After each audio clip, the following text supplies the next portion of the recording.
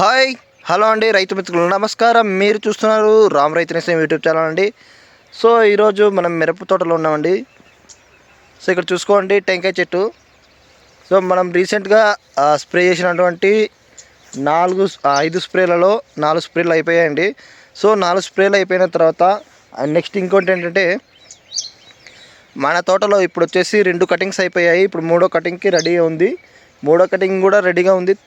దాంతోపాటుగా 4వ స్టెప్ కూడా సెట్ చేయడం జరిగింది.